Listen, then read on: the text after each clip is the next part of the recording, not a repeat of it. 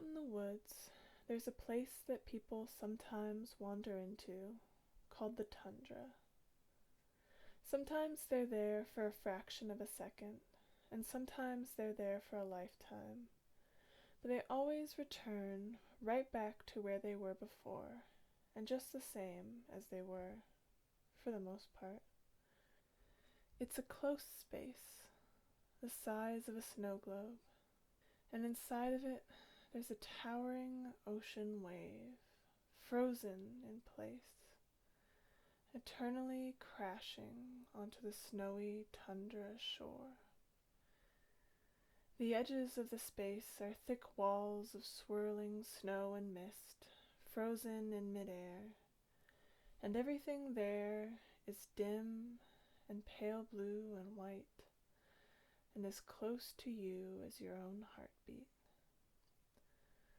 The temperature is cold, far below zero, but since people only ever spend a fraction of a second there, it's perfectly safe. The closet, however, is different. The closet exists all around the tundra, with dark, narrow paths through endless rows of clothing. The whispering fabrics rustle and shift, calling out to you. There are endless colors and patterns and feelings, even clothes from your past. Familiar smells, too, like your grandmother's house, or the state fair when you were 10. You can take anything you want from the closet, but it's dangerous to hold on to.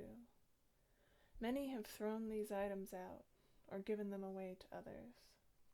If you try to return to the closet with an item from it, the clothes will cling together, either holding you in place or creating horrible static charges as you rip past.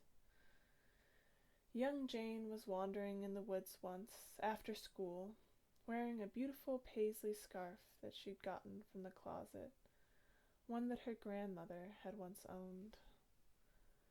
When she found herself in that space again, the static was unbearable, and she immediately threw the scarf away, escaping unscathed.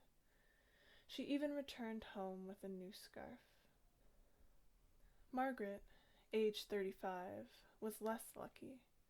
She had been hoarding items from the closet for years, snatching them out from the corners without ever going fully inside. When her grandfather died, though, she was looking for answers, and allowed herself to wander further in.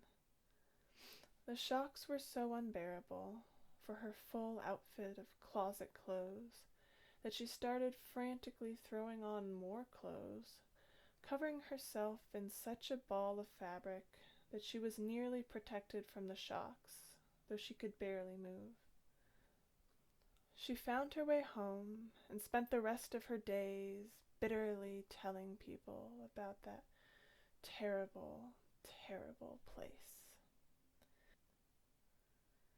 They say if you're really unlucky, you can go crazy in there. They say that some people don't even feel the shocks. Either way, people seem to just keep wandering in.